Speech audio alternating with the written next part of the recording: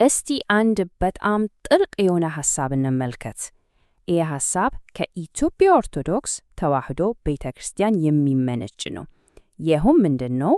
አምልኮ በዓለም ውስጥ ብቻ የምናደርገው ነገር ሳይሆን ከመላው ስነ ፍጥረት ጋር በህብረት የምንፈጽመው ነው የሚል ነው። በጣም የሚገርም አይደል?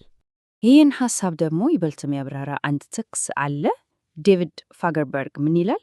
የስነ መለኮት ዋና ጉዳይ እግዚአብሔር፣ የሰው ልጅና ፍጥረት ናቸው። እነዚህ ሶስቱ የሚተሳሰሩበት ማዕከል ደግሞ ስርዓተ አምልኮ ነው ይላል። ይሄ ማለት ምን መሰላችሁ? በአንዳንድ ሃይማኖታዊ ትውፊቶች ውስጥ ስርዓተ አምልኮ ማለት ዝም ብሎ የእምነት ድንጋጌዎች ስብስብ ብቻ አይደለም።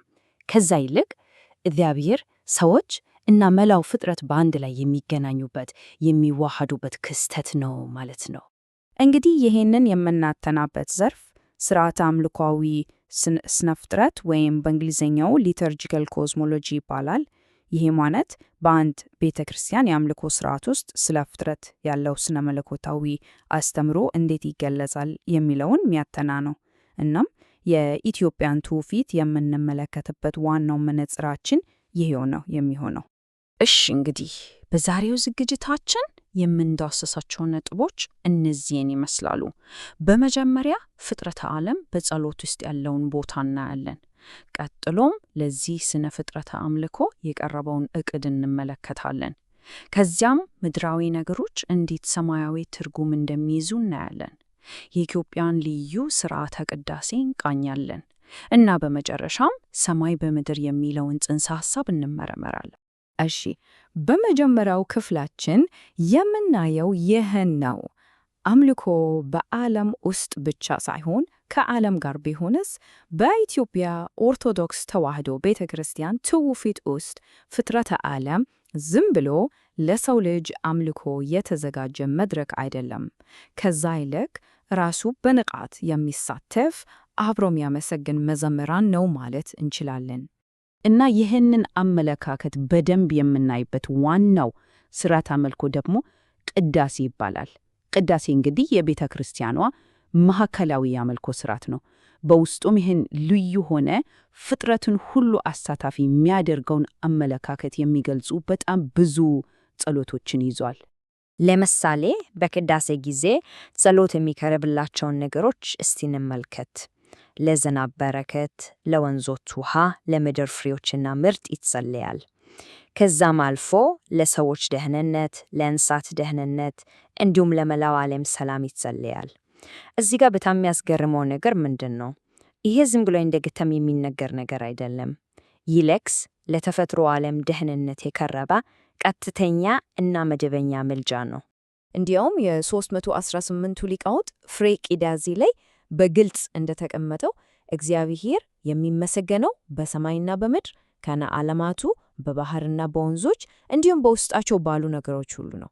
ስለዚህ እዚህ ጋር ወሳኙ ነጥብ ምንድነው? እግዚአብሔርን ያመሰገነው ሰው ብቻ አይደለም።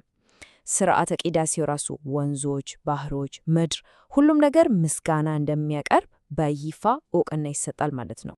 እሺ፣ ይህ ሐሳብ ከቤተ ክርስቲያን ጸሎት ወጥቶ መልክዓ ምድሩን ራሱን እስከ መቀደስ እንዴት እንደሚደርስ ደግሞ አሁን እንመልከት።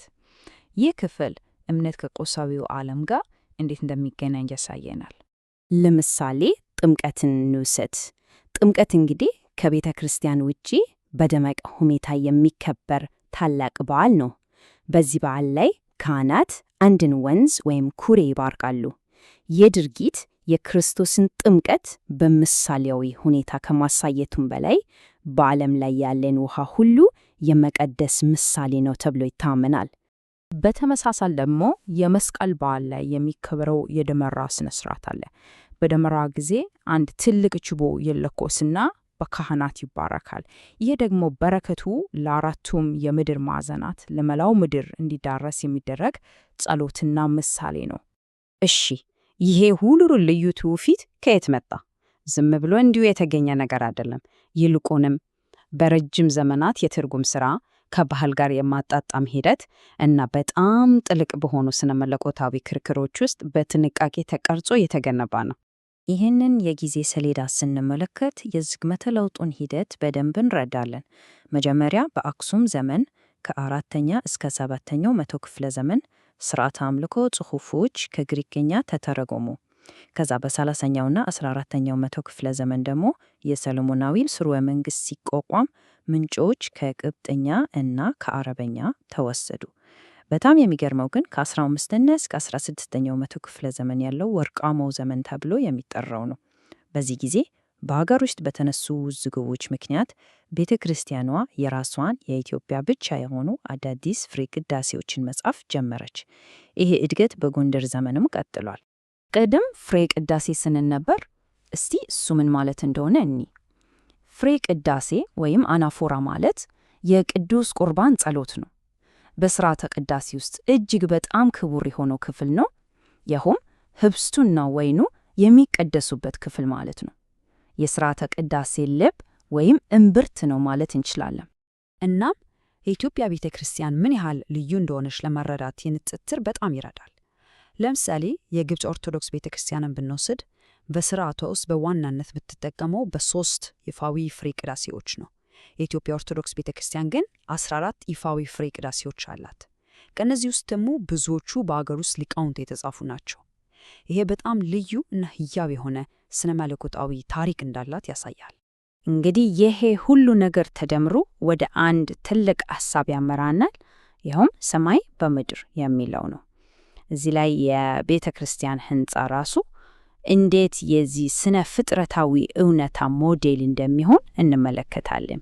ይህ ማለት የተቀደሰው የቤተ ክርስቲያን ቦታ ሰማያዊ ፍጥረታት ከምድራዊ ፍጥረታት ጋር በአንድነት እግዚአብሔርን የሚያመሰግኑበት የተቀየረ የተለወጠ ስፍራን ይወክላል ማለት ነው። በሌላ አነጋገር ቤተ ክርስቲያን ራሷ የታናሽ ዓለም ወይም በትንሹ የተቀረጸ ፍጥረተ ዓለም ምሳሌ ትሆናለች። የመላው ፍጥረት አምልኮ በአይን የሚታይና በጆሮ የሚሰማ የሚሆንበት ቦታ ነች። እንግዲህ እስካሁን ካየነው ምን እንይዛለን? ዋና ዋና ነጥቦቹን ስናጠቃልላቸው፣ አንደኛ የኢትዮጵያ ሥርዓተ ቅዳሴ ፍጥረትን በአምልኮ ውስጥ እንደ ንቁ ተሳታፊ ነው የሚያየው። ሁለተኛ የቅዳሴ ጸሎቶች የተፈጥሮን ዓለም በቀጥታ እየጠቀሱ ይባርካሉ። ሶስተኛ እንደ ጥምቀትና ደመራ ያሉ በዓላት የተፈጥሮ አካላትን ይቀድሳሉ። አራተኛ ይሄ ሁሉ ዓለማተያይ የረጅም ጊዜ የማጣጠምና የአገር በቀል የፈጠራ ታሪክ ውጤት ነው እና በመጨረሻም የቤተ ክርስቲያን ሕንፃ ራሱ የሰማይ በምድር ምሳሌ ነው። ባጭሩ የኢትዮጵያ ሥርዓተ አምልኮ ዓለማተያይ መላው ፍጥረት በአንድ የምስጋና ዝማሬ የተዋሃደ መሆኑን የሚያሳይ ትልቅ ራዕይ ነው። ለመደምደሚያ ያህል አንድ ጥያቄ እንድናስብበት እንተው። ዓለምን ለሕይወታችን እንደተዘጋጀ መድረክ ብቻ ከማየት ይልቅ በአንድ ታላቅ ስነ ፍጥረታዊ የምስጋና ዝማሬ ውስጥ እኛም እንደ አንድ ተሳታፊ ሆነን ብንመለከተውስ? እስቲ በዚህ ጥልቅና ጥንታዊ አመለካከት ላይ ትንሽ እናሰላልስ።